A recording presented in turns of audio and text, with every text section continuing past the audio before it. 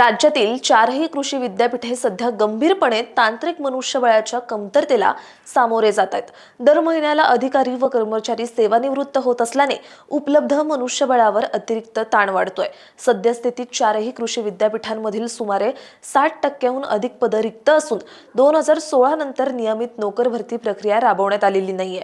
शेवटची भरती प्रक्रिया 2016 मध्ये झाली होती। त्यानंतर नवीन शैक्षणिक धोरण लागू झालं, तसंच दर 10 वर्षांनी बदलणारा अभ्यासक्रमही कार्यान्वित करण्यात आला। आधुनिक तंत्रज्ञानाधारित अभ्यासक्रम सुरू झाले असले तरी त्यासाठी आवश्यक असलेले प्रशिक्षित व तांत्रिक मनुष्यबळ विद्यापीठांमध्ये उपलब्ध नाहीयेत। केंद्र व राज्य सरकारच्या माध्यमातून नैसर्गिक शेती, सेंद्रिय शेती, काटेकोर शेती, कृत्रिम बुद्धिमत्तेचा शेतीत वापर अशा विविध योजना व उपक्रम राबवले जात आहेत। मात्र या विषयांवर शास्त्रीय संशोधन, तांत्रिक मांडणी व शेतकऱ्यांपर्यंत तंत्रज्ञान पोहोचवण्यासाठी आवश्यक असलेले मनुष्यबळ विद्यापीठांकडे नाहीयेत।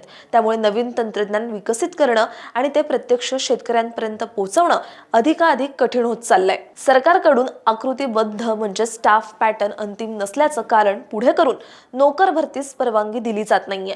सध्या मंजूर पदांपैकी किमान 50% पदांवर कोणताही मोठा बदल न करता भरती करता येणं शक्य आहे।